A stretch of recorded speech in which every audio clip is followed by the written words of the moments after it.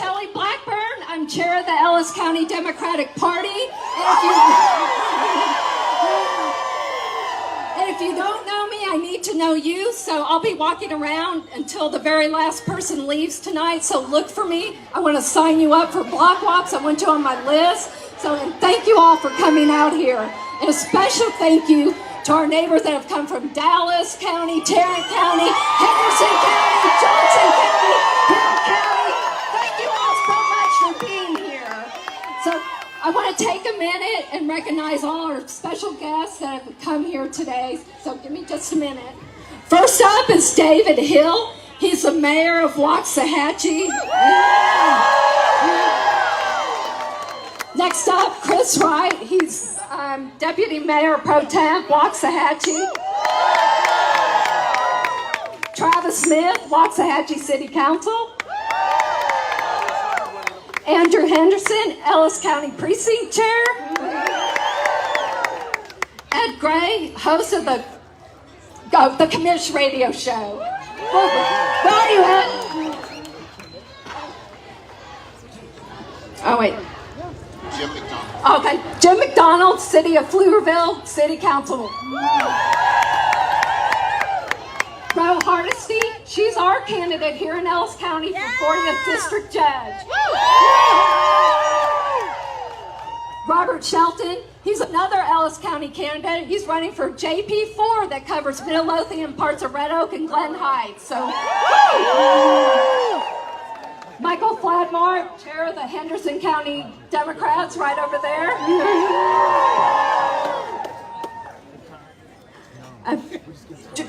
Jeremy Schraubel, he's running for Senate District 22 as an independent. He came today. He wants your vote. We don't have a candidate, so let's support him. Daniel McClendon, candidate for Midlothian City Council. Sharon Livingston, she's our candidate for Ellis County Justice of the Peace, Precinct 3. So that covers Waxahachie and the Red Oaks. Prince Gialador, he's running for Senate District 2 here in Texas. Where is he? Vanetta Dennis, Precinct Chair, Ellis County. Barbara Fudge, Precinct Chair, Ellis County. Linda Bagno, Ellis County Precinct Chair. She's somewhere around here. Mary Lou Shipley, she's president of our Texas Democratic Women of Ellis County, former city council member. And Sonia Brown, she's mayor pro tem for Glen Heights. So let me introduce you to the person who's made all of this possible today. We could not have done this without him. Please join me in welcoming Big Al Mack. What is up, Waxahachie?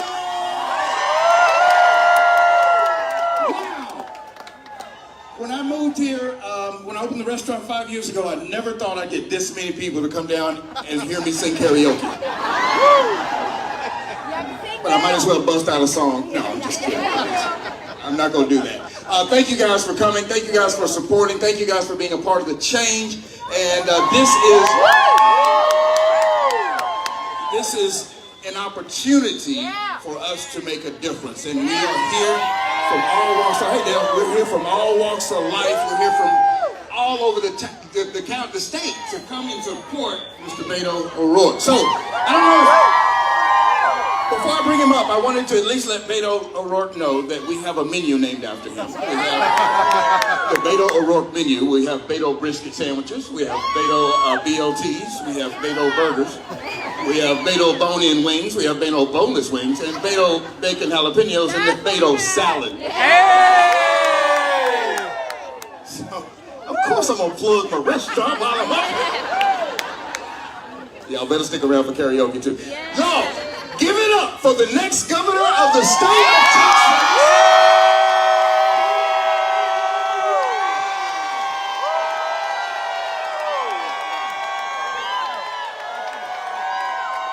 Waxahachie. Waxahachie, what's up?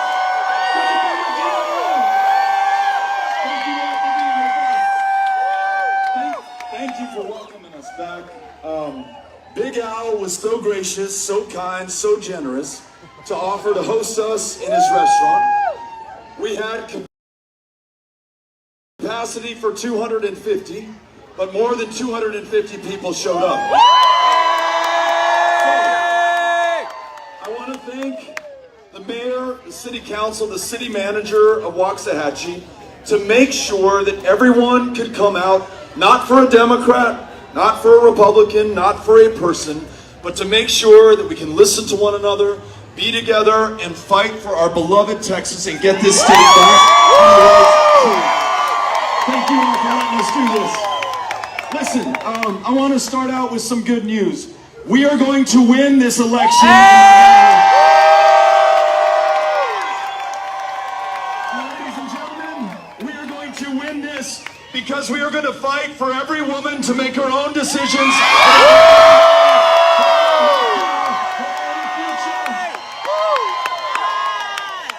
We're going to win this election because we're going to get behind every public school educator.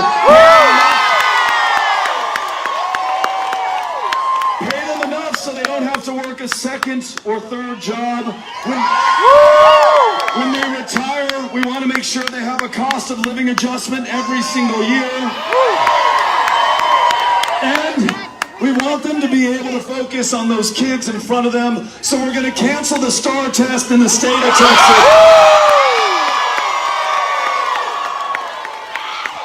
We're going to win because we're going to expand Medicaid in this state. Connect more people with the health care that will literally save their lives. In our counties today, the largest provider of mental health care services is the county jail system today. In our state today, more kids die of diabetes than in any other state in the union. In our state today, we are spending money through our property taxes, through our insurance premiums, deductibles, and co-pays to pay for those who get so sick because they never had insurance, were never able to see a doctor. It gets so bad that they take themselves to the county hospital where they have complications that are much worse than they would have been otherwise. Care exponentially more expensive than it would have been if we just made sure that they had insurance. We're going to bring $10 billion a year of our federal income taxes back to this state to connect more people with care.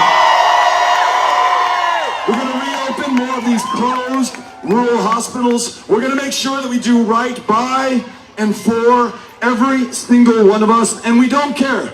No me importa if you're a Democrat, if you're a Republican, who you love, how you pray, what country you came from, how many generations you can count yourself a Texan, or whether you just got here yesterday. You're one of us, and we're with you. I want to make sure that you can afford to live in Waxahachie.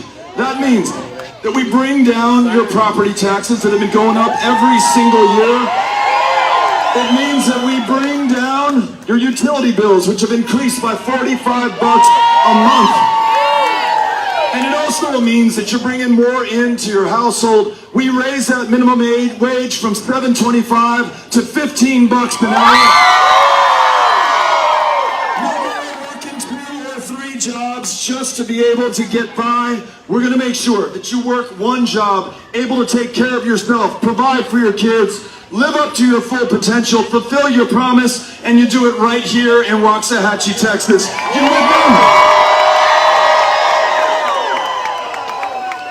Now listen, that's our agenda. World-class schools, the ability to be a doctor, making sure that we have the kind of jobs that our kids and our grandkids want to work. Imagine that as the alternative to what these folks are all about right now.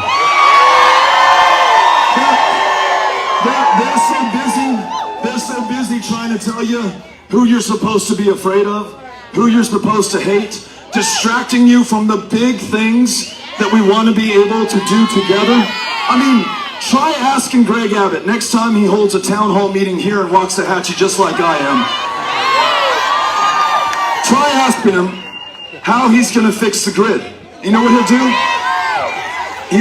He won't answer your question. He'll say, watch out, here comes some Mexicans at the border.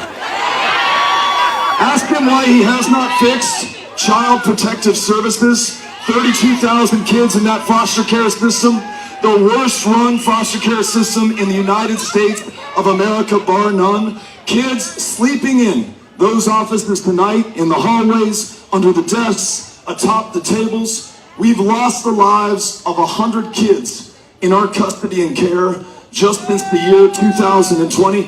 Ask Greg Abbott about that, and he'll say, watch out for that transgender kid and their parents, accusing them of child abuse for trying to love their kids and do right by them, and threatening to take those kids away from them and turn them over to CPS Care, the very agency that he cannot manage to begin with.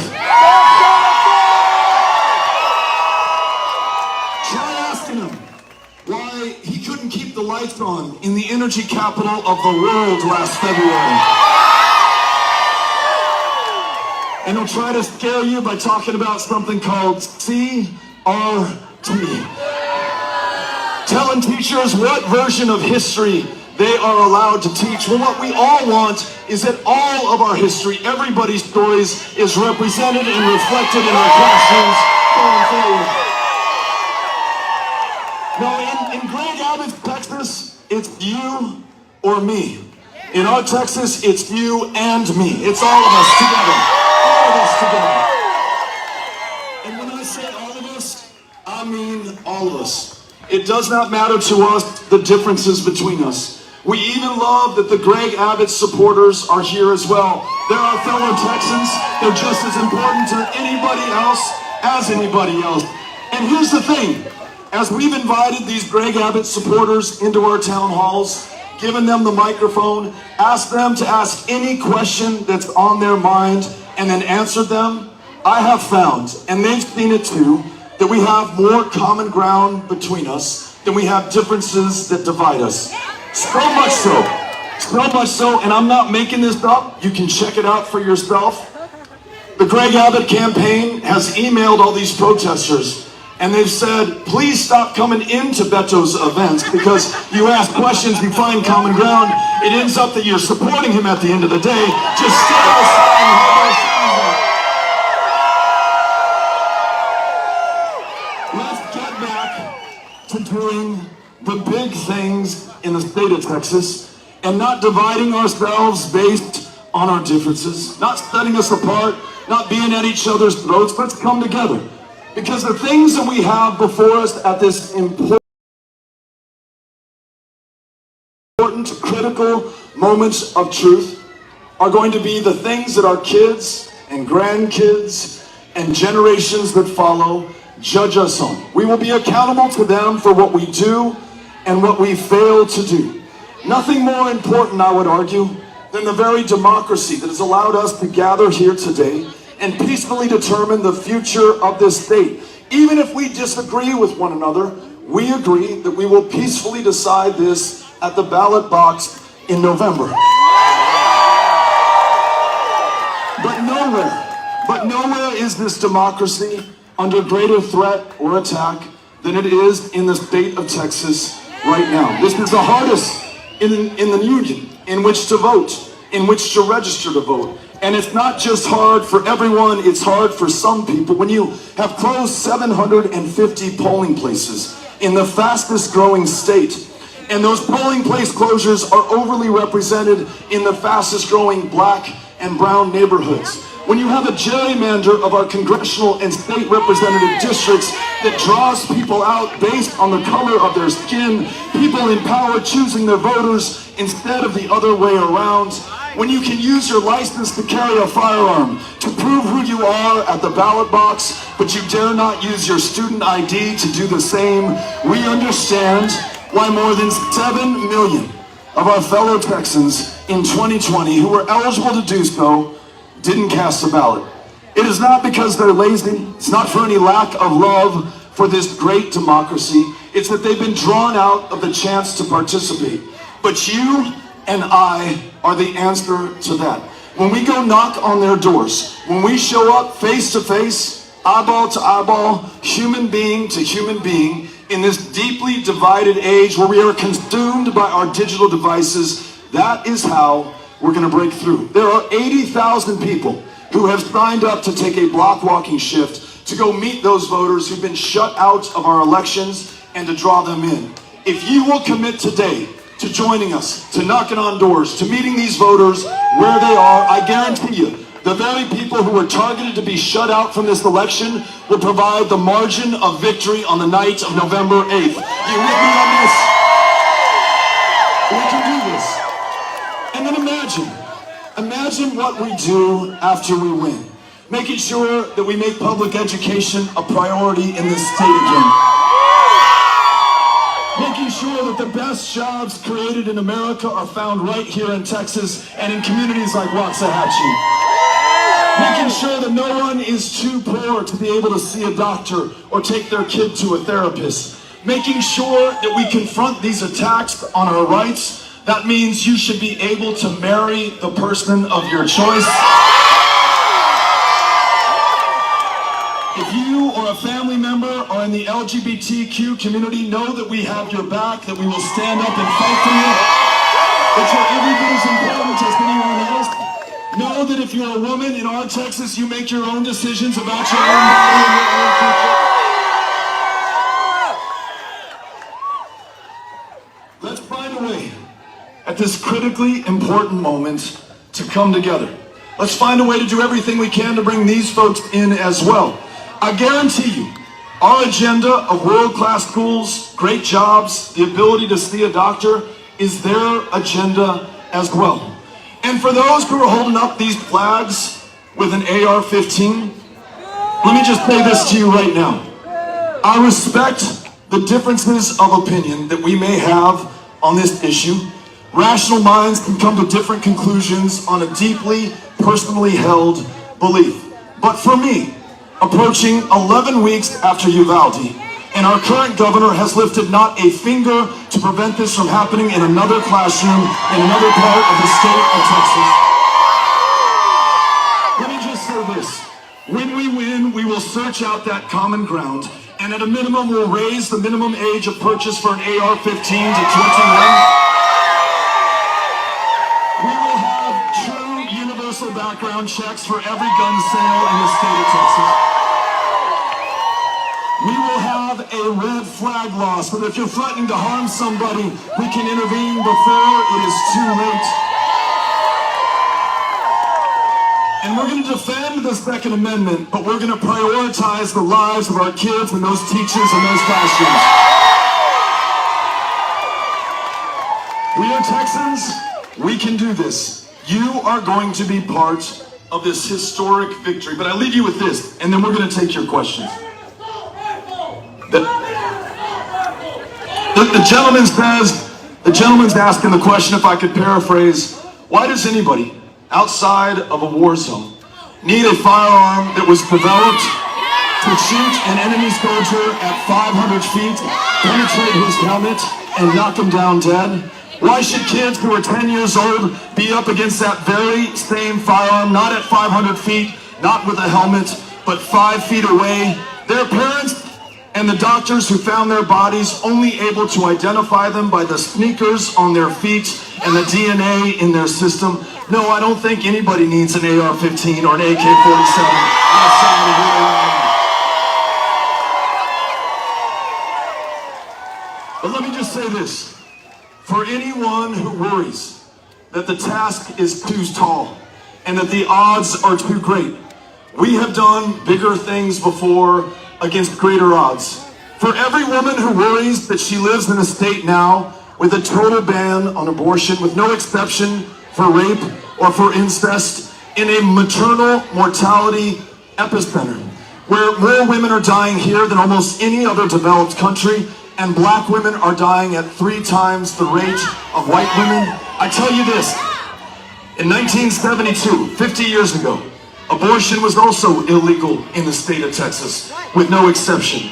But no one rode to our rescue, no one saved the day, no one showed up and did it for us. It was Texas women like Jane Roe of Roe versus Wade, like Linda Coffey, her attorney, who still lives in Dallas, and Sarah Weddington, who comes from that liberal bastion of Abilene, Texas, they successfully argued the right to privacy, to make these personal, private, sometimes painful decisions before an all-male United States Supreme Court, and for half a century, their victory stood the test of time. It was Texas women who saved the day in 1973. It will be Texas women who saved the day in 2022. We can do this. Waxahachie, I am so grateful that you came out here today. We're going to take your questions, hear what's on your mind, and just know this. When our kids, when our grandkids, when the generations that follow them look back on us, they will see that we rose to the challenge, that we met this moment, that we got out there, we got after it, and we won this election for us, for them, and everyone in the state of Texas. Thank you, Waxahachie, for making this possible. All right, we got Cynthia Thomas on the mic, and she'll bring this to you if you have a question. Okay. Hi, Beta. My name is Mina Mitchell. I am hard of hearing, and I wear hearing aids, and I know ASL. And I just want to say I'm from Dallas, Texas, so I came all the way here to support you. And I also go to school out of state, so I try to come home and vote for you when I can. And I want to appreciate your support of the hard of hearing community and all communities around us. And I wish you the best. I love that. Thank you so much. Listen, we talk about a Texas that is going to be good for all of us, regardless of differences. And that includes those living in Texas with disabilities, whether that's hearing impairment, whether it's the parents of medically complex kids, whether it's those teachers in those special education classrooms. I want you to know that we've got your back. In a state where the wait time to be able to get on state-supported services for a child with disabilities is 18 years right now, in a state that does not lack for resources, a $2 trillion GDP, the 9th largest on planet Earth. It's all a matter of our values and the political leadership in this state. We have those resources. We just got to make sure that everyone is paying their fair share. We got to do smart bipartisan things like expand Medicaid that brings $10 billion in a year, or legalize cannabis, which would raise another $1 billion a year for us here in the state of Texas. Make sure that we're supporting everybody. Everybody lives to their full potential here in our Texas. Thank you for being here. Hi everybody, my name is Kim, and here is my motto: don't fuck with the women and the men who love us. A second quick statement. My mother is from East Germany. I traveled to East Germany, had to go through Checkpoint Charlie in Berlin before the wall came down. I know communism. I know what it's like to wipe your you-know-what with brown paper towel. We are going to have that if we don't vote blue. It was awful. Rotting fruit in the street. Okay? Buildings the color of brown. Nobody doing anything like we see in the United States. I was 15. If you guys want to hear more of my mother's story, I'm sitting here in the German chair. Come see me. Thank you for being here. Very grateful to you. You know, we were looking for a short, concise campaign slogan that could fit on a bumper sticker. Don't fuck with Texas women fits the bill. I think that's what we're going to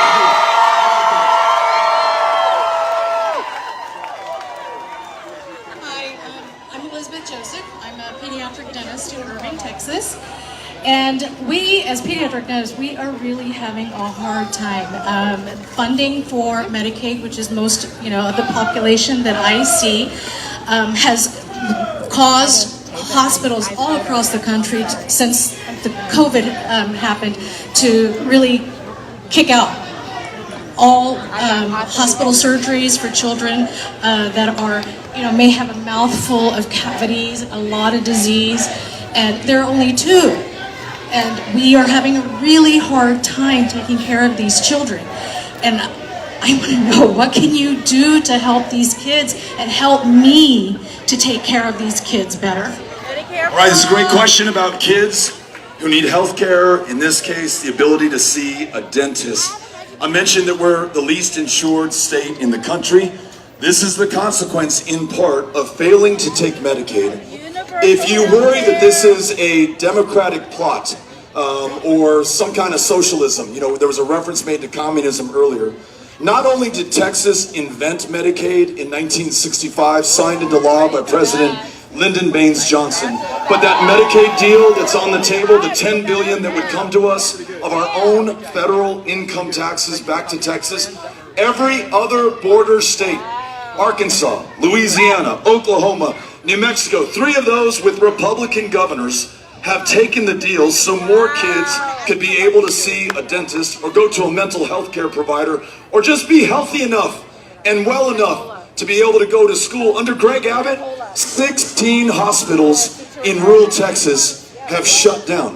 The people in those communities now driving hundreds of miles to be able to go to a dentist or deliver a child or see a doctor of any kind, or maybe they're no longer driving those hundreds of miles because they no longer live in those communities. We accept Medicaid. We fully fund the health care of everyone in this state, including our kids. Not only are they doing better, but because they're able to produce at their maximum capacity, all of us do better as well. We've got your back. Thank you for asking the question. Appreciate it. Thank you. Okay, we're all the way under the white tent. It's going to be a little bit hard to see us, but we're over here under the white tent. Gotcha. Here we go. We have a question right over here. Maybe we can move her up just a little bit. She's hot. Right over here, Beto. Hi, Beto. Hey there. How are you? I hope that you will promise and keep your promises to everybody. They need help. People need help. They need a lot of not only help, but they need a lot of help and understanding. And understanding is very important. So keep it up, okay? Thank you so much She for loves being you, here. Beto.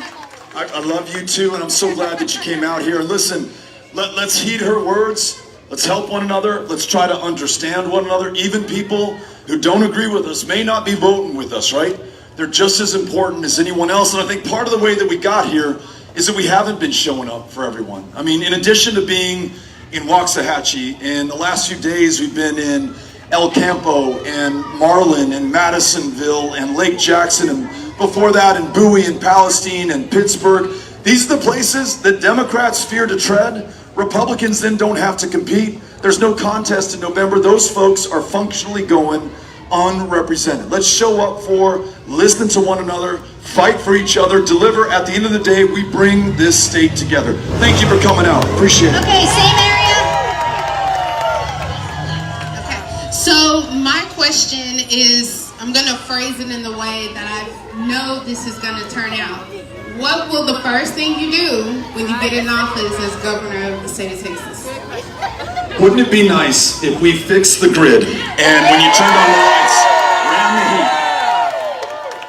heat? Last February, 700 of our fellow Texans died in the energy capital of the world. They froze to death in their homes. They burned up in their apartments, literally lighting their furniture to try to keep their babies warm, and they died nonetheless.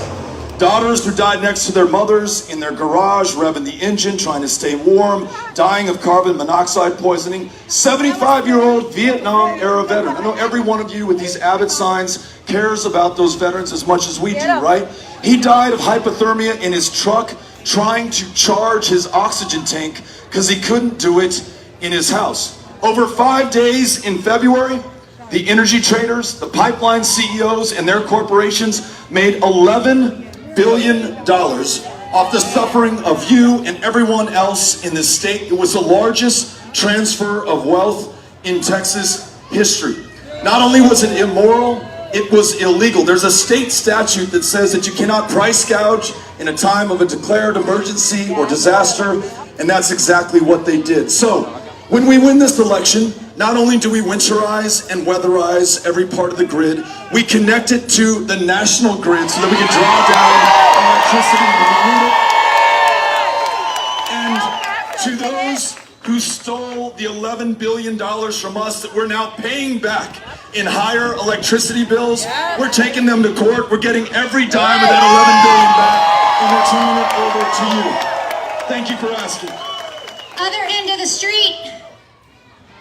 Other side, to your right, to your right. I'm over here. There we go. There we go. Hi, how are you doing today? I just want to say I'm really grateful that you're supportive of women and being pro-choice. But something that I have found in Texas is that we do have that 24-hour heartbeat. That before you even get an abortion, you have to listen to the baby's heart and then go back. How are you going to change legislation to go back and change things like that causes trauma for women? Thanks for being here. Thanks for asking this question. There are, for as many abortions as women have accessed in the state of Texas, there are that many unique, different stories that I've heard. Significant complications, ectopic pregnancies, sudden abortions that were uncontrolled and absolutely organic, fetuses that were no longer viable, where if you have a total abortion ban, you still have to carry what's inside of you that will never live, maybe at the cost of your own life. Can we predict every single contingency, every single scenario? I don't think we can, so the best thing I can come up with is I trust you to make your own decisions about your own body, your own future. You know better than anybody else. And listen, winning this election in the state that passed a total abortion ban will send shockwaves through the system, not just of Texas, but of this country. If those representatives who signed on to that bill want to win their next re-election, they're going to get with the program. And the program is you. It's the people that they represent right now. It's the lives of the women of this state. We're going to do this. We're going to get it back. And you are at the vanguard of making this happen. Thank you for coming out right now. Same direction, a little bit to the side of the wall. Over here by Big There's Val's. 2 walls? There we go. Okay. Big Val's. All right, we're going to do 3 more questions. Okay. Just to comment, my name is Guadalupe Alvarez from Ennis. At any rate, I wanted to commend you for showing such restraint when that Uvalde mayor was cursing you out. Me, I'm not that refined. I'll still be kicking his ass. Hey, just to show you that there really is common ground between us, regardless of our differences, that Uvalde mayor and I, who maybe didn't see eye to eye the day after that shooting, where I stood up and I said, listen, the time to stop the next school shooting is right now. If we don't acknowledge why this happened and how it happened and stop it, it is going to happen again. And he had some choice words for me. Well, you know what he just did?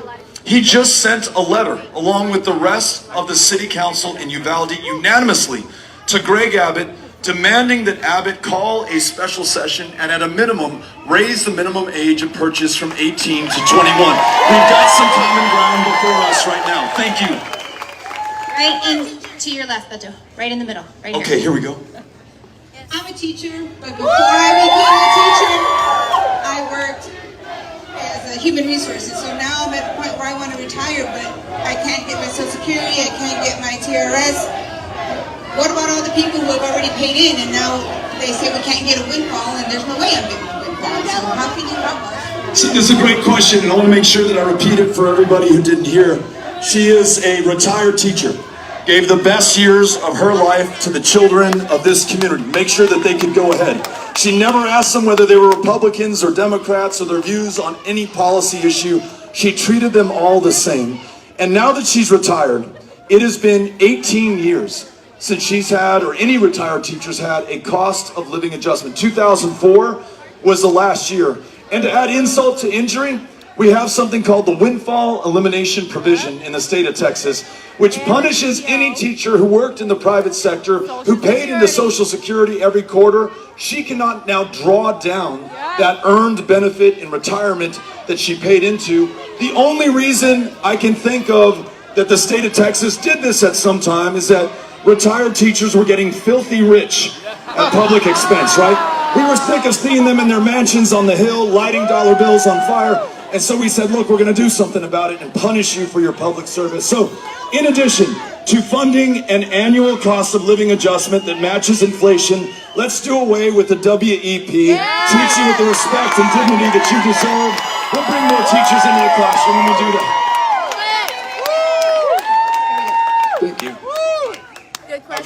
Good. Very good.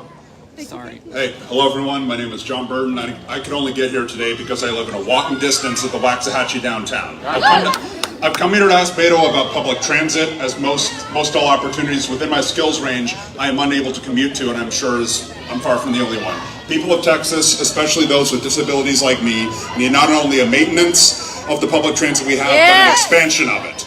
You can even appeal to this to conservative voters as making the statewide job market as more competitive.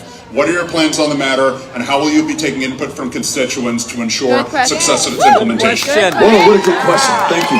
Yeah. So, listen, there's $8 billion in the bank account of the Texas Department of Transportation right now. Now, whether you have roads that are unpaved right now and you want to make sure that money is spent here, that's your money, by the way. It's all of our money that we put in.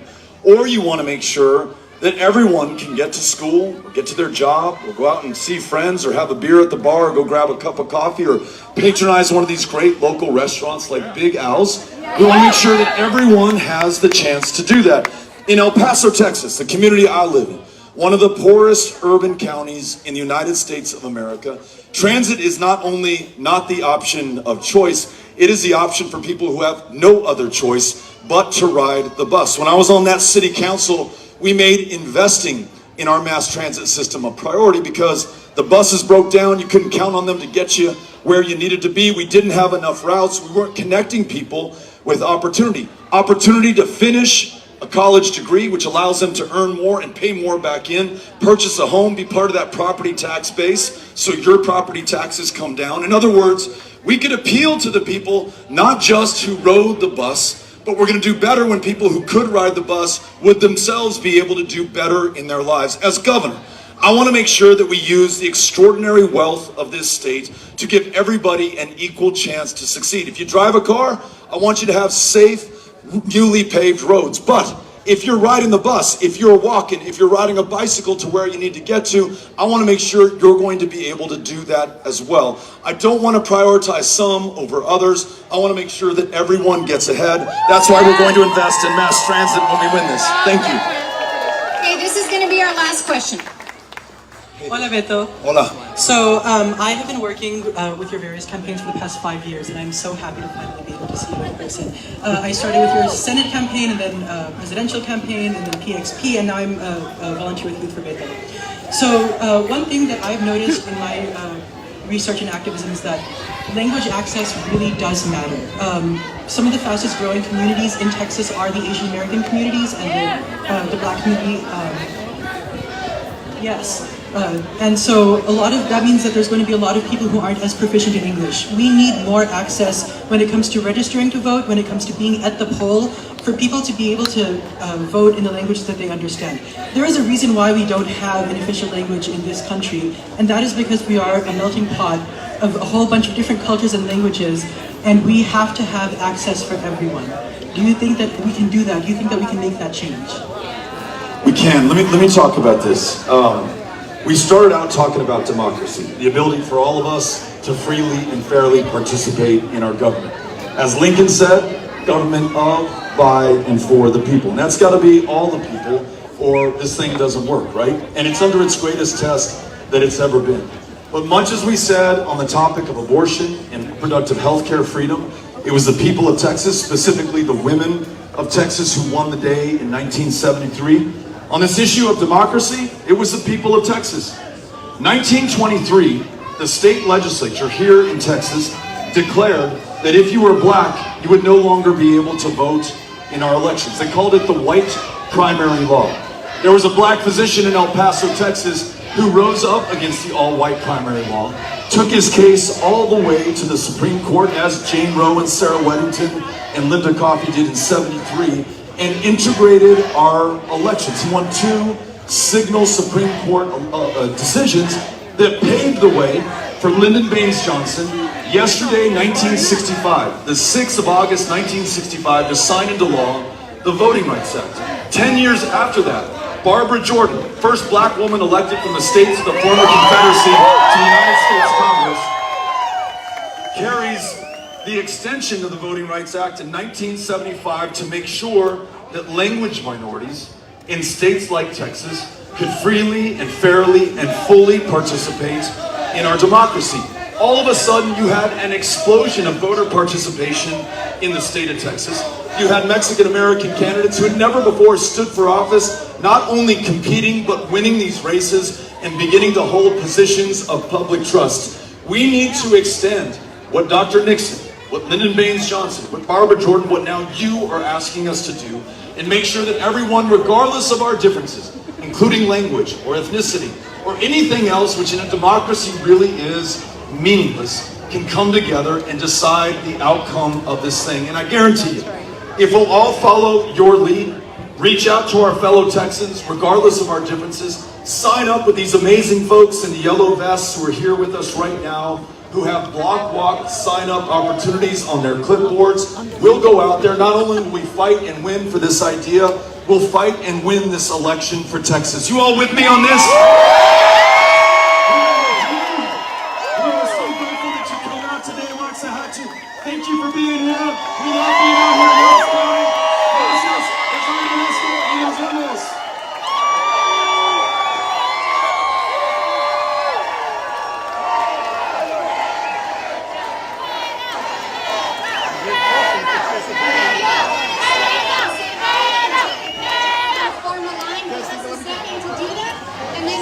Take a picture if you'd like to do that. I know. I got you.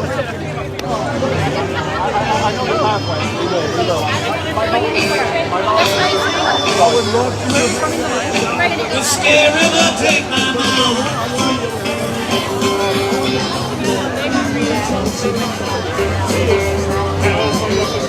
The scary river don't run right. Alright folks, if you'd like to get in line, we're going to line up to the left of the building. To the left. Beto, ban assault rifles! Beto! Ban assault rifles! Ban assault rifles! It's a big deal. Beto! Increasing the age is not the answer!